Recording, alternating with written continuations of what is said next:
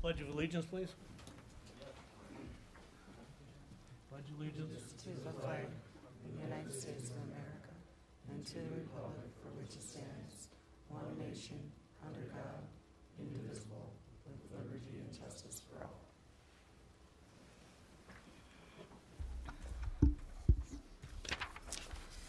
Councillor Olson is excused. Councillor Fennessy. Here. Councillor Bender. Here. Councillor Sweeney. Here. Councillor McDonald. Here. Councillor Mazzolia. Here. Councillor Finsland. Here. Councillor Herrick. Here. Councillor Dennis Dahlbeck. Here. And Councillor Esther Dahlbeck is excused this evening. I'd like to say that I'm going to reserve my right to vote on any matters today. Councillor Bender? Actually, it's Rotarian Ben. Okay.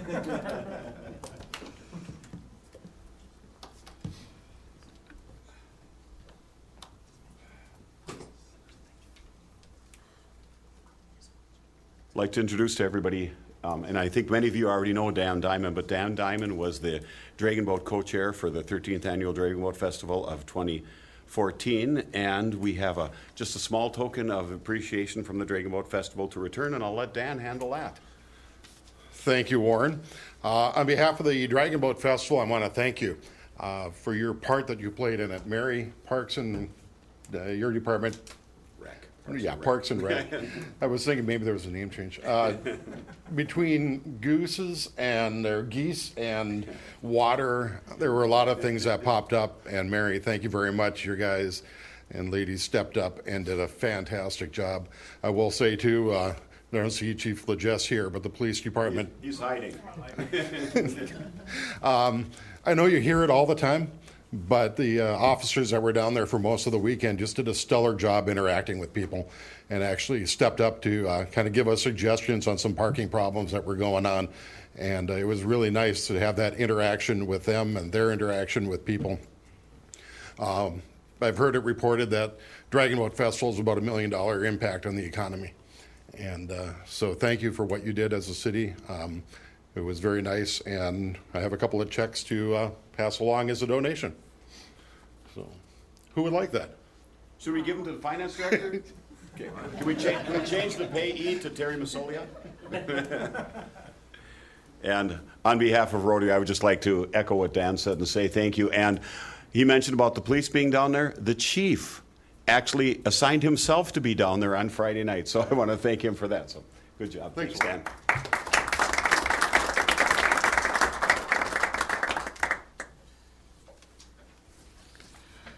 Item 5.1 is a public hearing authorizing the following alleys to be blacktopped in 2015 between Baxter and Lambourne Avenues, North 60th and Central Avenue, John and Hewitt Avenues, North 16th and 17th Streets, off 6th Avenue East and 4th and 5th Streets, Ogden and John Avenues, off 54th Street. This time, all those who wish to speak in favor or in opposition to may do so now. Those who wish to speak in favor of or in opposition to may do so now. And for the third and final time, those who wish to speak in favor of this resolution or in opposition may do so now. I forgot to read number 4. Ogden and John Avenues off 54th Street. Oh, no. Oh, I'm sorry. Okay. I thought you meant alley number 4. No, you got all 4. I thought I I did. think so, yeah. We'll go back and do that after this one. Yes. Hearing none. Motion's in order. Make a motion to approve? Second. Motion's been made and seconded. All those in favor? Aye. Those in opposition? Motion passes. Back to item number 4, approval of the minutes from the September 2nd regular council meeting. So moved. Second. Motion made and seconded. All in favor? Aye. Opposed? Motion passes. Item 6 is a consent agenda. You do have an additional referral at your desk tonight to the Public Works Committee from Bruce Thompson, Community Bank President. I'll make a motion to approve, including the referral from Bruce Thompson, Public Works. I'll second. Motion's made and seconded. Those in favor? Aye. Opposed? Motion passes.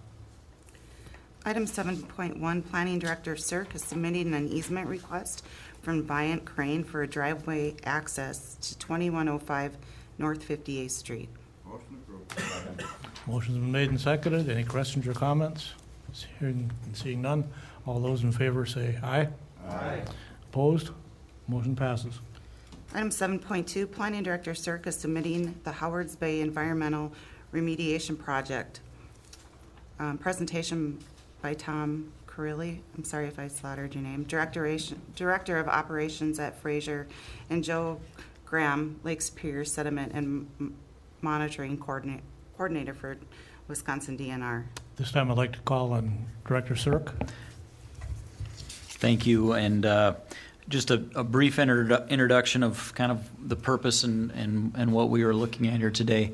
Probably over the last 4 or 5 years, and Tom's predecessor, working on, as you know, working on making the Fraser property a little bit more functional and a little bit more efficient. Part of that is, of course, the dock projects that you've approved and seen over the last couple of years. The most recent being the award that we just received over the summer or the spring from the DOT Harbor Assistance Grant Project Phase 3. What's kind of gone hand in hand with that are Fraser's and need and desire to actually do some environmental cleanup of the pocket. As you know, this was a pretty heavy industrial area over the years. A lot of, and I'll let these gentlemen talk a little bit about what's there, but a lot of contamination sitting on the floor. And we were fortunate enough, or they were fortunate enough to grab some dollars from the federal government through the Environmental Protection Agency, some legacy dollars, to do some further investigation and to more or less develop a plan. If you folks remember, probably 5, 6, 7 years ago now, the Hog Island inlet was cleaned. The city played a fairly large role in that from a disposal standpoint, in working with the regulatory agencies to do that. We have been, and with Darian McNamara, have been asked to look at some of the options for disposal of some of this sediment. Now, it won't be all of it. There's some decent stuff there, and probably stealing some of Tom's thunder here, but we've been asked to kind of work with them to look at some options for disposal, and there's a myriad of them, and that's why the City of Superior is at the table. These gentlemen want to just provide you an update of kind of what's going on. Thought it would be a good idea so that if and when we do kind of come down the road and are proposing something for the council, whether it be in some in-kind services, that you at least have somewhat of an idea. So with that, Tom, Joe, I'll set it off to you. Thank you, Jason. Oops. Green light's on. Okay.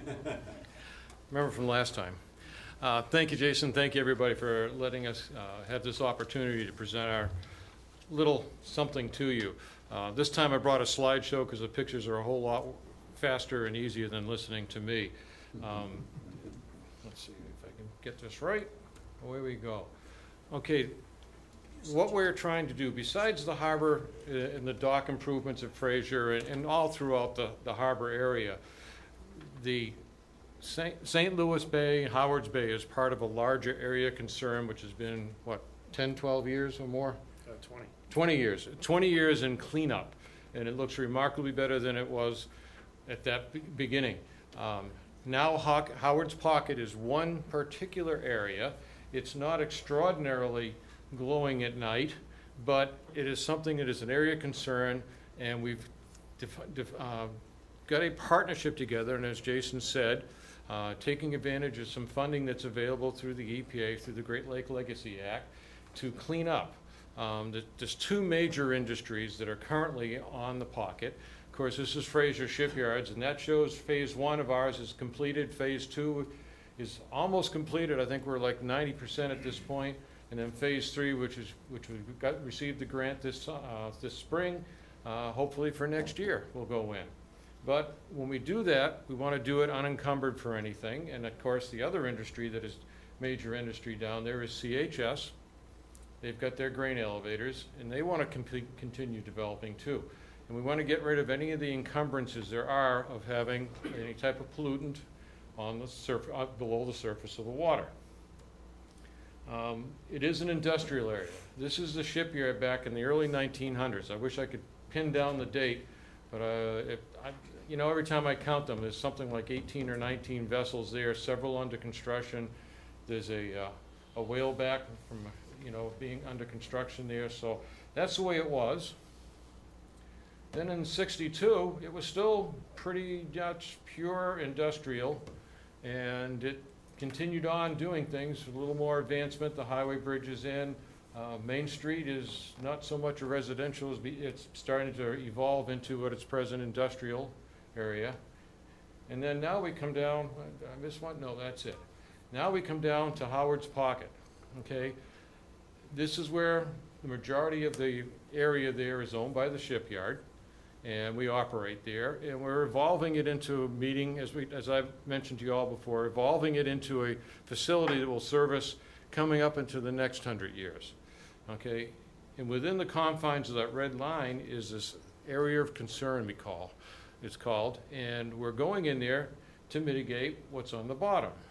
Again, it's part of this larger remediation, and there's areas all the ways up St. Louis River that it needed to be addressed. This is just some areas of mitigation. This is kind of an illustration of what we have. I'll start at the bottom because it's easier for me to pronounce. That's lead contamination, okay? Lead-based paints that were chipped off of boats over the years, things like that occur in the water. On the right-hand side, of course, is down where the dry docks in the area we call Howard's, the Frog Pond. Over to the left side is going underneath the highway bridge, and in the dark green, that's over by CHS. The rest of it all is in slips and areas by Fraser. The top is tributylene. And there's a whole series, and if you really want to know what it's all about, Joe can explain that to you much better. But that's a different type of toxin, okay? And you can see there are a few hot spots of that. Now, there's something there to be cleaned up. It's not the worst thing. It does not glow in the dark. It is not hurting the habitat. Immediately, it's not a chronic thing, but it needs to be cleaned up. We all agree it needs to be cleaned up. It's got to be addressed, and we want to get it done now. Okay? This is the Howards Bay project, and I want to start this off with a little joke, a little bit. Joe loves this. It's been a long time coming, but if you have been around in the past, when would you really think that a representative of Fraser Shipyards would stand right next in partnership to a member of Wisconsin DNR? Yeah, I can tell who's been around through prior years. Well, it's happened. And it's actually a very working and a very close relationship. We are in partnership not only with ourselves, but with the Corps of Engineers, the federal EPA, and then you see Arcadis up there. Arcadis actually is a consultant that we've hired to provide some of the technical and project management to this whole large project. As simple as it sounds that you could go out there and take a shovel of dirt and pull it out of the water, it isn't that easy. There's lots of studies, and that's what they're in the midst of doing. Is any project where there's grant money or any mitigation at all, there is volumes of paperwork, volumes of strategizing, volumes of engineering and scientific background research to make sure you do the right thing. We don't want to spread contamination around. We don't want to pick up good soils.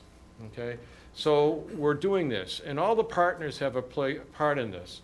Corps of Engineers is not only assisting with the mitigation to a certain degree, but their primary concern is dredging for maintenance, the federal channel that comes right down through the middle of Howard's Pocket, all the ways down to the entrance of our dry dock.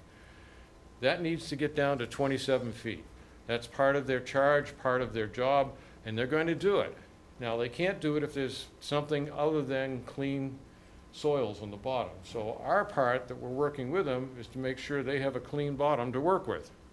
And we're going to do outside the channel also, into our private slips, into whatever areas we find contamination. It's all going to be cleaned up. And it's great. It is a true collaboration between everybody. We have to. It's so technical. One hand has to be working with the other hand, and the fingers have to be interlocked. We can't get out of sync. We can't do it wrong. We've got the strategic navigation dredging is what the Corps of Engineers is going to do, like I said, and we're going to do a little bit outside of that. Okay. We've progressed over the last couple of years. This started many, many years ago, but really in the last 3 years, it's really been both feet on the ground and running hard. We did a lot of sampling in '23. We placed an application in, which was a joint project. And we have what they call non-federal sponsors. Right now, the non-federal sponsors are the Wisconsin DNR and Fraser Shipyards. And that's it. The city is an implied partner. We didn't put them on the application because we didn't know exactly how the city was going to be able to assist us. However, when it comes down to once we get out of the planning and into the actual project, it is our desire to put the city as a partner as one of the non-federal sponsors. Okay, it is benefit for all of us. We feel we owe it to the city to get them in as a partnership, and we just have to get an idea of what can be contributed by all of us. In the spring, we actually got our paperwork in, and we got agreement signed and approved. And we got a real project. We have legacy money earmarked for us. We have a budget for at least this first part, which is what they call a focused feasibility study, and also a remedial design. It's going to take us about a year, Joe? Mm-hmm. About a year to get this design done. Again, we don't want to do the wrong thing. We don't want to do too much, but we don't want to do too little either. And, because you've got government agencies and our private organization, we're all pushing in the same direction, but we get a little pullback and here and there. And it's really fun to have these interchanges. Sometimes it doesn't seem like fun, Joe, I know, but we have these great emphases. I'm going for the most cost-effective way to do something sometimes, and sometimes it always doesn't follow the same direction that Joe wants to go. But we always seem to work it out. We both come to the right conclusions and the right means and ends. Okay, this first phase, and you go through all this, basically it's about a 35% contribution by the non-federal sponsors. Just to do this design and feasibility study, it's about not quite $750,000, $710,000. And we pared that down. There were some initial numbers which were much higher, and then we challenged ourselves to do it less spending-wise, more efficiently. We know we could overanalyze this to death, but one, it's going to take too long. And the other thing is, we're going to have 99% of the information we need right away. So we pared it down. It's a lot of money, but we pared it down. We're going to get there. We're going to stay in budget. Right, Joe? Mm-hmm. Okay, good. I'm kind of the slave driver on budgets there. Okay? This whole initial part will go through the feasibility study and the remedial design. We hope in 2015 to start the construction phase. And that will work coincidentally with the phase 3 part. And again, that's a coordinated attack on everything. And last slide is just a reminder of what it was like last winter. Thanks a lot. Okay, I just didn't want anybody to forget. But as we come up into the remedial design, that's when we're going to start looking and talking to Jason and whoever Jason asks us to contact with. We're going to have dredging materials that are coming off the bottom. One, we're going to get clean stuff that comes up from the harbor maintenance dredging, and we're going to get not so clean stuff. I really don't know how to describe it. I don't want to scare anybody, but I don't want to make it sound like it's really nothing. But there's not so nice stuff that's going to come up. We've got the tribulines and we have the lead. That has to go someplace. The Wisconsin DNR has made a determination. You don't just put it back into the water. Very good determination. That's very reasonable. We can put some in our phase 3 embayment, and we have a determination of how much we can put in there, but there is going to be some material which is not suitable to go in there. It has to go someplace. We're coordinating and scientifically approaching, can we use it at Moccasin Mike? What benefit is it to use it there? Is there a more cost-effective place to put it or a more appropriate place to put these materials, both the clean and the contaminants? Okay? That's where the city is going to get involved, how we can use Moccasin Mike. Jason's already, and his folks have already supplied us the technical numbers and scientific stuff. And those that understand all those fancy words I can't pronounce, I'll let them analyze it and everything. But that's where we stand. It's been a very good project. It's kind of fun. It absorbs a lot of our time, but it's well worth it. In the end, we're going to have an area that's going to be beneficial to both the industrial and the commerce within that, but it's also going to be a lot better for the environment. And, you know, they did a nice little fisheries. Should we let the cat out of the bag? Go ahead. This spring, we set some pike nets out in Howard's Bay, and we were catching northern pike like this, big spawning females, so. Yeah, I was they're- surprised by that. So. Yeah, we were all surprised at that, how active that is. It must be just the right type of bottom contour and everything for it, but it's very active in that stuff. It's great. It shows the vibrancy of our resources here to actually occupy themselves in an industrial area.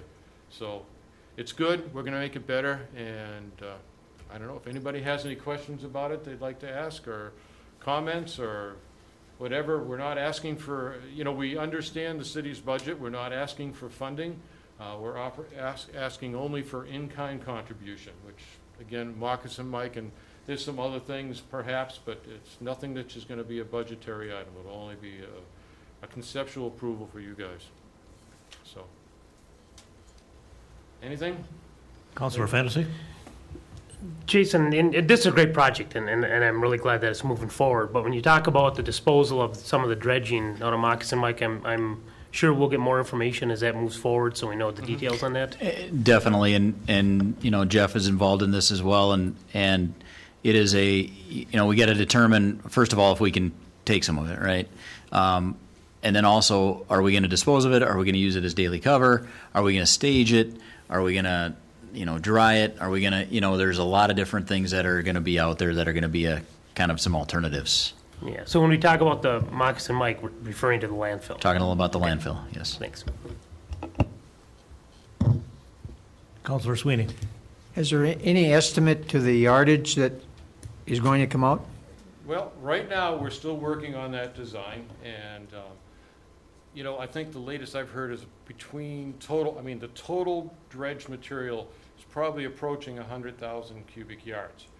Contaminated part of that, 40, possibly. It's a lot of square yardage that has to come out. Cubic yards, yeah, excuse me. Thank you. I think we probably, put a nice mound on top of the landfill if we put it all there at once, but. And again, we're still working on the design. We're getting closer to the end, and as far as the design, maybe another month or two we can have some firmer numbers, but we wanted to brief you before we got too far into this, so nobody got any shock and awe by, hey, we've got all this, and the trucks are starting tomorrow. So. Councilor Herrick? Yeah, this is more or less for my information. So right now, this the sediment that is bad, how much of a good sediment is on top of that right now? And is this in the area where they're actually going to do the 27-foot dredging? Yes and no to all of that. Okay, there is sediment throughout most of that harbor. It goes from, what's the deepest sediments? 9 feet. 9 feet. There's about 9 feet of sediment, but that's very localized. It goes down into inches of sediment on top of the clay. I will say that the vast majority of the contamination is outside of the harbor, out of the channel, but some of it does come in. And unfortunately, on either side of the channel, where the contamination is very steep slopes, so it's it's not just a straightforward scoop until you hit hard clay. And that's what it is there. Basically, you've got sediments of varying depths on top of a nice flat layer of hard clay there. We'd love to go to flat clay, but it's just not feasible to do that. So it's kind of in and out of that. Fortunately, most of the the harbor dredging for the channel is clean stuff. There's nothing further. Thank you very much. I appreciate it. Thank you. Thank you.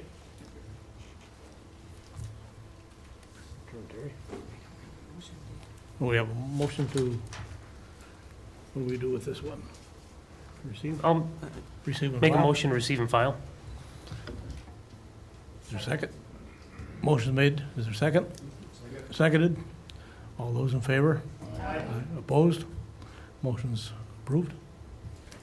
Item 7.3, Public Works Director Getman is recommending to award the contract for intermediate cover material at the Moccasin Mike landfill to LSC Environmental Products of Appalachian, New York for $73,044.69. Motion approved. Second.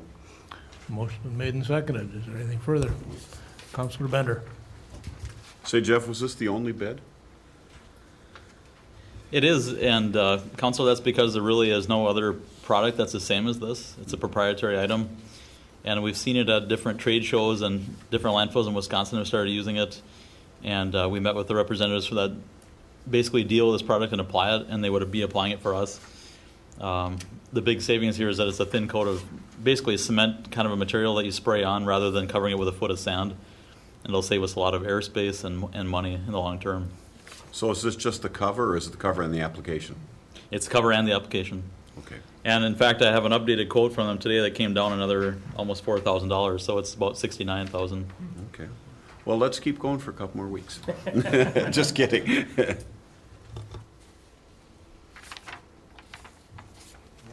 Motion's been made and seconded. All in favor? Aye. Opposed? Motion's passed. Item 7.4, Public Works Director Getzman is recommending to award the alley reconstruction project from North 12th to 13th Streets between Tower and Banks Avenues to M. Jolma, Inc. of Ashland, Wisconsin for $118,923.95. Move for approval. Motion's been made. Is there a second? Second. Motion made and seconded. That. All in favor, say aye. Aye. Opposed? Motion's passed. Item 8.1, Mayor Hagan is recommending to appoint Mike Ryan to the Community Development Block Grant Advisory Board for term expiring December 2014. Second.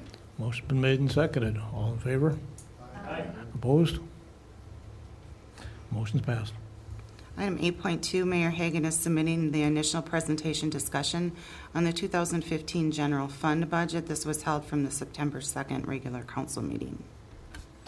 I'd like to have Chris do a little presentation at this time.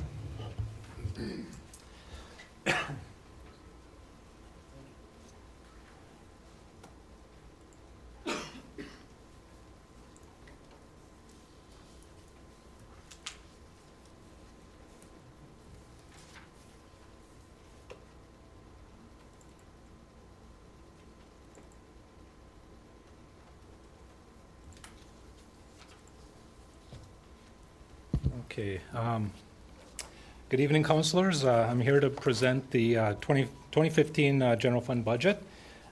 Being a man of few words, I'm going to try to condense the large packet you received a couple weeks ago at the last meeting into about 12 slides here. So, We'll see if you can do that, Chris. okay. The first one didn't count. So, purpose of the presentation here is to just inform the council and citizens on the budget timeline that's required by ordinance, to provide a summary of the 2015 budget highlights, and then address any questions you have. Speaking of the timeline, at the September 2nd meeting, the larger packet was introduced to the City Council per ordinance requirement. We're here today, September 16th, for budget overview and discussion and approval if you see fit. The October, if it's not approved today, we have the October 7th meeting for additional review if needed. It's a critical date. Action would be required by this date in order to set the public hearing for October 21st. Which would lead to spreading the tax levy November 4th and the tax roll is due to the county December 1st. So hitting some of the highlights, in order to balance the 2015 budget, the first item on there, the Moccasin Mike landfill decisions, the transfer from the general fund was reduced by $500,000, which leaves more revenue in the general fund, puts a little strain, or a little bigger strain on the landfill. The upside, the second bullet there, we had positive net new construction values as of January 1st this year. The values increased just under 2%. The state of Wisconsin continues to play a larger role in our local budget, or depending how you look at it, they're playing a smaller role. Let's see, our staffing levels will remain the same as budgeted in 2014. There's an estimate included in the 2015 budget, a contingency item for this salary study recommendation that is ongoing. And then no planned service level reductions for 2015. This is just a visual graph of the general fund budget for the past 6 years. Very minimal growth. From 2009 to our 2015 proposed budget, it has increased $676,000, which represents 2.5% increase over that 6 years, or 0.42% annually.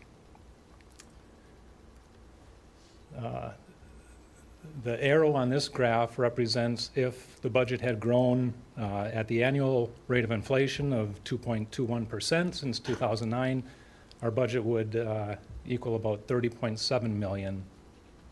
So I think that shows good restraint.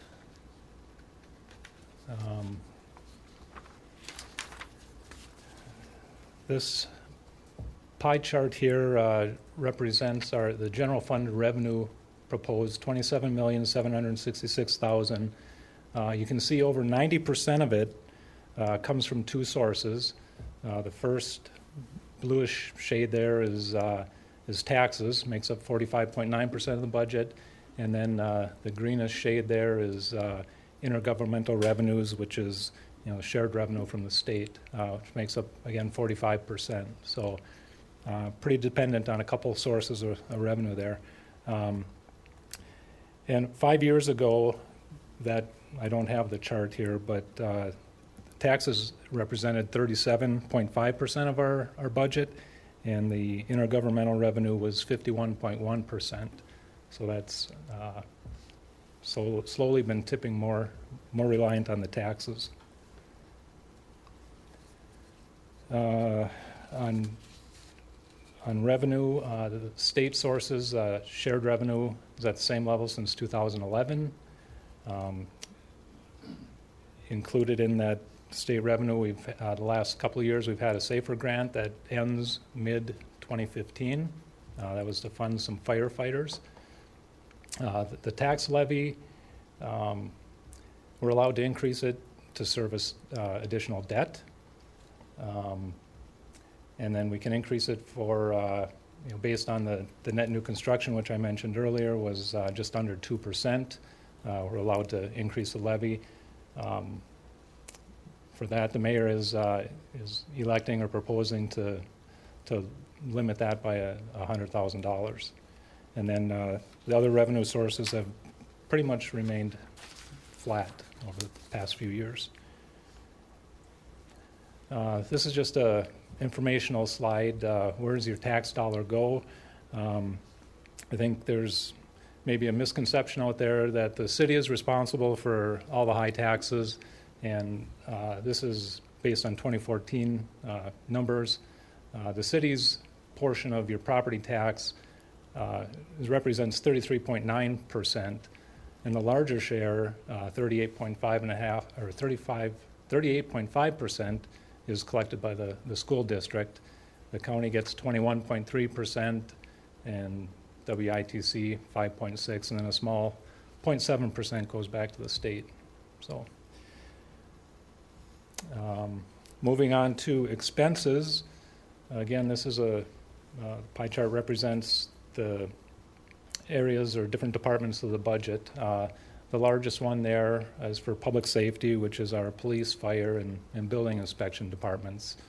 The next biggest one, representing about 25% of the budget, is public works, our streets and buildings and grounds and that type of thing.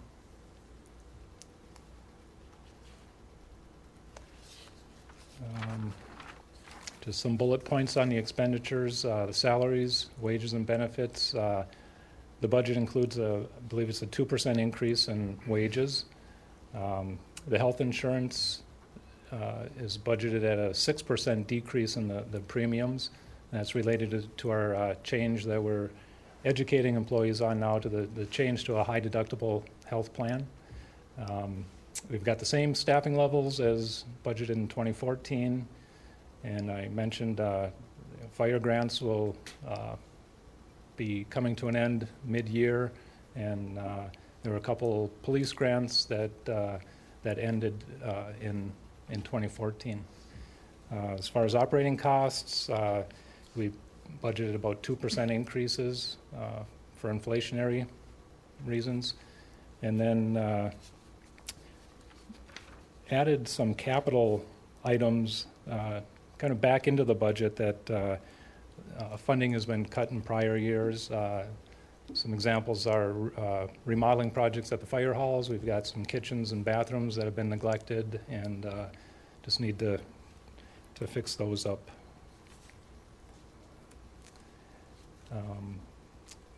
The animal shelter, we've got in the budget half a year at the current contract agreement that we have, and hopefully by mid-year we'll have the new shelter up and running, and we're budgeting half at the higher cost there. I mentioned the contingency for the salary study. There's $342,000 estimated in the budget to cover that, and then $142,000 increase in the debt service is also included in the budget. 12 slides, and we'll open it up for questions now.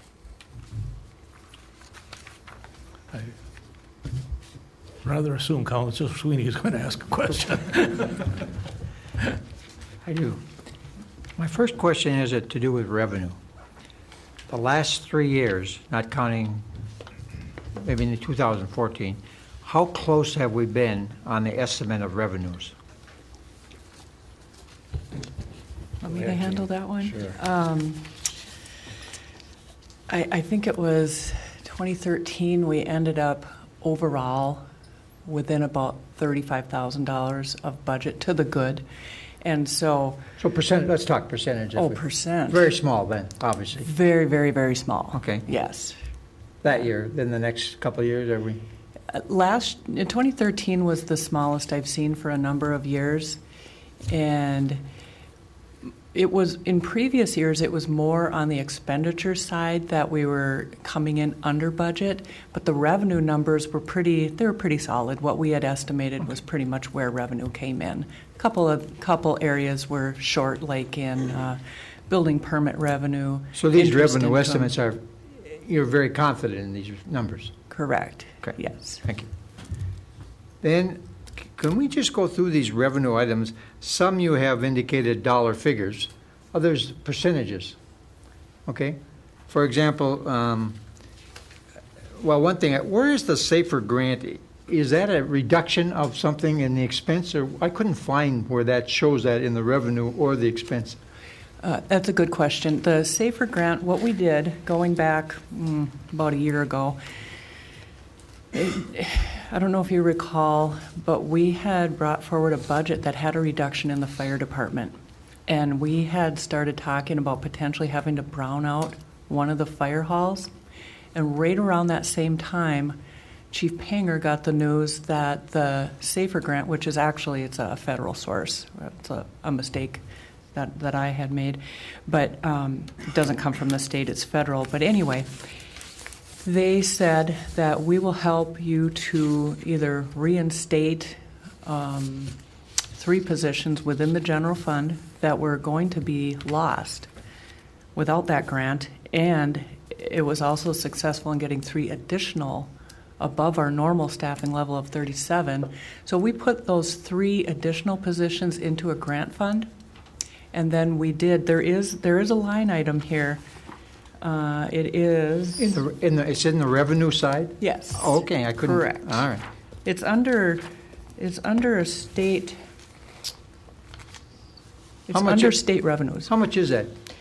That was when we were getting fully funded. The effect in the general fund was, I think, $233,000 Okay. for revenue, and I believe we've got that estimated around $150 for 2015, just because the grant is running out. The total amount of that grant was $944,000. And Oh. it covered, I believe, 2.5 years. Yeah. Okay. Okay, thank you. And then that contingency line item for $342,000, why is that a contingency?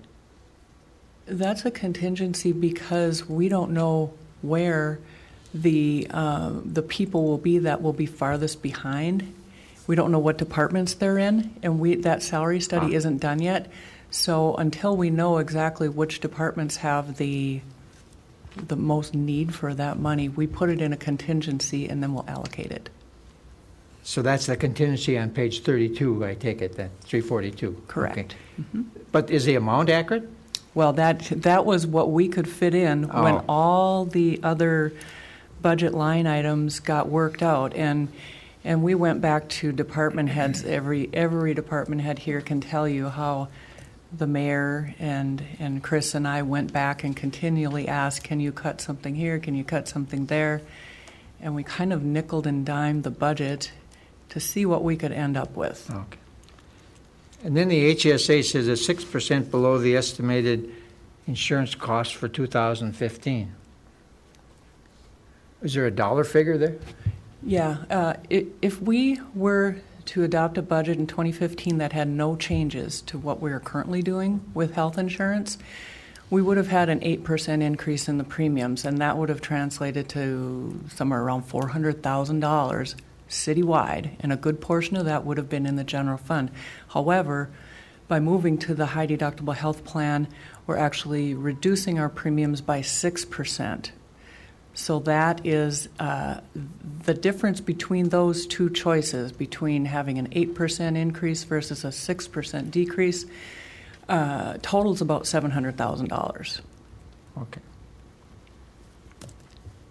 And my next question, the difference between $1 million last year that went to support the landfill versus $500,000 this year, that's a one term or 1 year.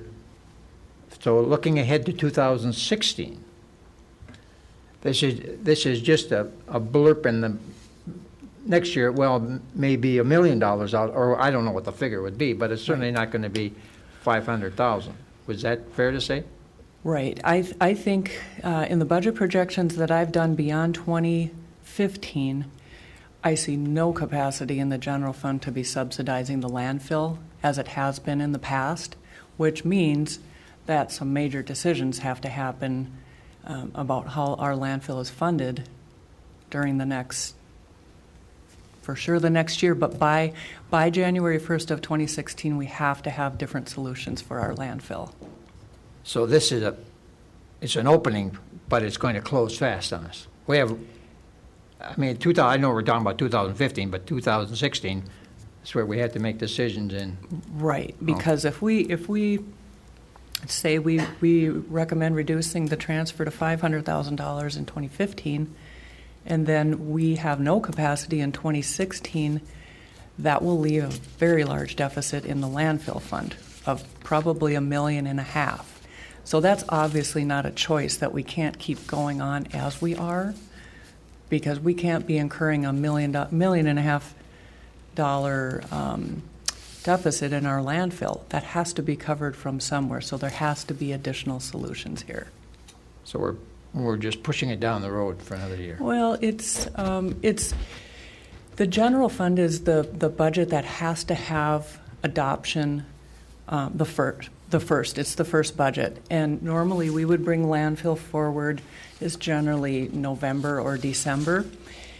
And the general fund has to get solved the quickest because we've got to have the public hearing and get the tax bills ready. But landfills, it's coming after that, and this isn't anything that can be delayed. We have to do something in 2015. Somewhere in the, next to the contingency fund, I can't put my finger on it, but there's another amount that must go for software for computers. Is that fund? Oh, yes. What is the balance in that fund as of today? Do we spend all the money we put in there every year, or does that carry a balance? That gets spent, and that's our information services Right. fund, and it Right. funds, or it's called an agency fund, and all of the different city funds use that fund. So not only the general fund, but the wastewater and stormwater and library, they all transfer money in to support that fund. The general fund is the biggest user, and so I think the transfer to that for 2015 is something like 400 and... Right. Okay. A little under, right. But that money definitely gets used, and they use every bit of that, especially because we've been doing a number of upgrades to our computer system, financial software, trying to keep ourselves as efficient as possible. So that $400,000 transfer is simply the general fund's portion of what they help police, fire, general government So we don't with. carry a balance forward, we spend all, for the most part. Yes. One last question, if you would. Then the police, where we get funding from an outside source for the police department, what is that total for the year of 2000? Oh, there's a couple of sources, and maybe Chuck can help me out here. There's a drug task force agreement that we have. I think that's with Duluth. We get $40,000 from the Lake Superior Drug Task Force. We receive funding from the school district for the 3 police school liaison officers. And what's changing in 2015, actually changed in 2014, is our COPS Community Policing Grant, sunsetted this summer, actually just here the end of August. And the Computer Task Force and ICAC office, that grant ran out this summer. What is the total amount that we're not, or the total amount we receive versus the amount we probably will not receive in the next year? Can you just put a dollar figure on that? I've got there's a housing authority police grant where they pay for the salary of an officer and we pay for the benefits. And here's some of the numbers that I have. I have $58,000 for 2015 from the housing authority. I've got the drug task force money at $32,000. 73. And then the liaison officers, that revenue from the school is actually in a police grant fund that's separate from the general fund.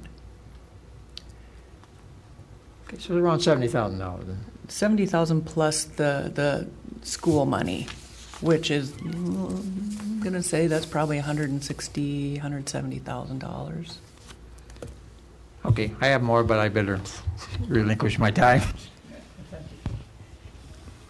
Oh, any other questions? Councilor Fennessy. First of all, I just want to commend Chris and Jean and the finance department for all the work that goes into this. I know it's a lot. And I want to commend you for your 12 slides. Very, very easy to understand. But I'm wondering, and maybe you do this, if this could be posted on the website, the city website. I think it's important for the public to understand where the taxes actually go that they pay. Especially that slide where you break it out of how much goes to the city, how much to the school district.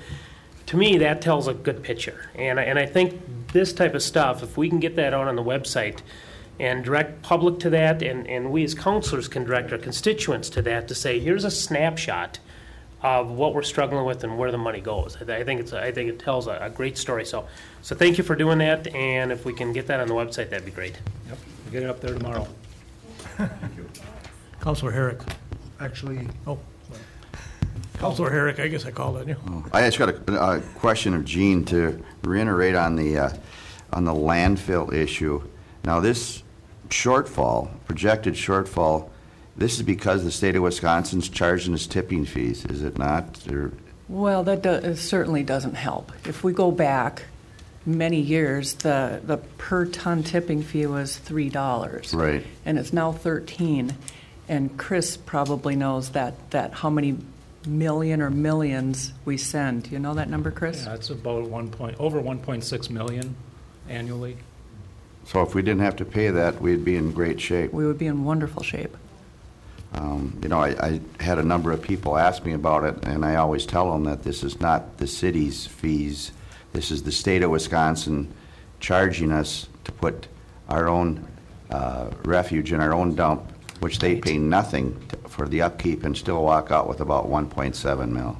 Right. And as long as I have an opportunity to say this, our landfill, the operations are run extremely well. And this isn't a cost issue at our landfill other than the tipping fee that you just mentioned. Right. The landfill and the employees that do the garbage service are extremely efficient, and the operations are very efficient. And when the Lidos consultants came in and they had done the 3-phase review of the landfill, they said, this is not a spending issue at your landfill. This is, and Councilor Sweeney had pointed it out, this is a funding issue at the landfill. Mm-hmm. So I appreciate you bringing that up, because I just want to say that the operation is run very Right, well. it is, very well. Yeah. Like I said, I just think it's atrocious that we have to pay this to the state of Wisconsin. It's our dump. They pay nothing for the upkeep. They pay nothing to collect. The only thing they're collecting is the 1.7 mil. And it's hurting every taxpayer in the city of Superior. Councilor Herrick now. Yeah, Gene, just one question. I noticed the amount that is going to be transferred from the CIP to the landfill is lower. And what brought that about? Do you mean from the general fund to the landfill? Yes, I'm sorry, from the general fund, yes. That was to help balance this budget that you have in front of you tonight. Okay. Yeah. And earlier I had mentioned that the general fund, the ability of the general fund to continue subsidizing the landfill it's gone away. It's when we're looking at trying to maintain our police force at 57 officers, when we're looking at trying to maintain fire halls with 37 firefighters, and when we know that when we go below those numbers, we start seeing some definite ramifications of that, whether it's in very high overtime or getting to the point like we were last year where we were talking about at some points closing a fire hall. And so we're prioritizing those core services in this budget and saying that rises above subsidizing our landfill until we get different decisions there. That's the recommended way we move. Okay. Another question is about the Safer Grant. Is it available to be reapplied for, or? Chief, you want to answer that?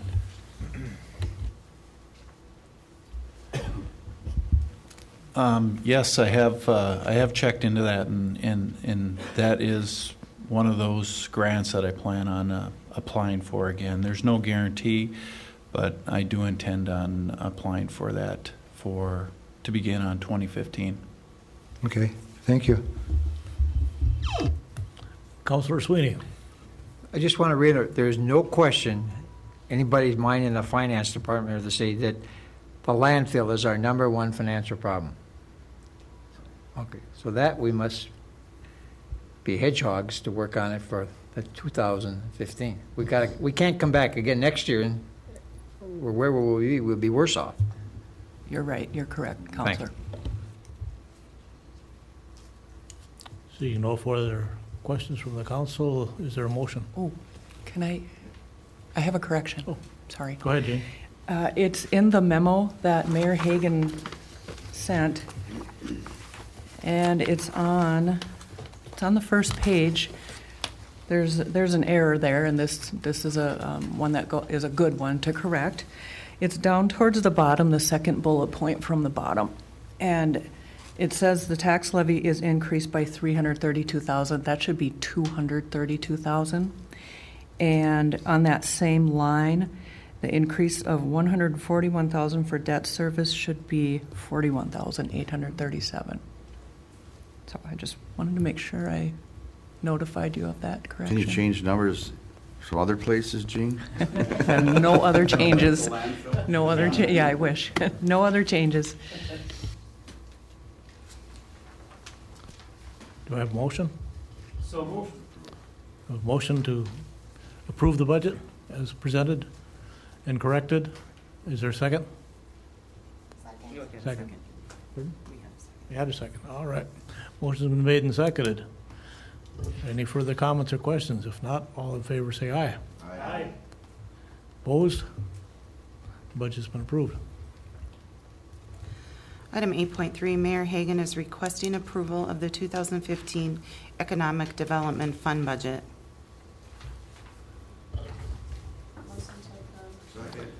Motion and seconded. Any comments or questions? If not, all in favor say aye. Aye. Opposed? Motion's passed. Item 8.4, Mayor Hagan is submitting the current list of members on the Rental Property Study Ad Hoc Committee. You have a motion and a second. Any further comments? Councilor Bender. Yes, the only comment that I would have is thank you, because there have been some questions about this at the meetings, and now we have the most updated list, so that should answer those questions, so thanks. Yes. All in favor? Aye. Opposed? Motion's passed. Item 11.1 is an ordinance amending the traffic code, disabled parking zones by removing 2015 Lamborn Avenue. Move for approval. Second. Motion's made and seconded. Is there any further comment? If not, all in favor say aye. Aye. Opposed? Motion's passed.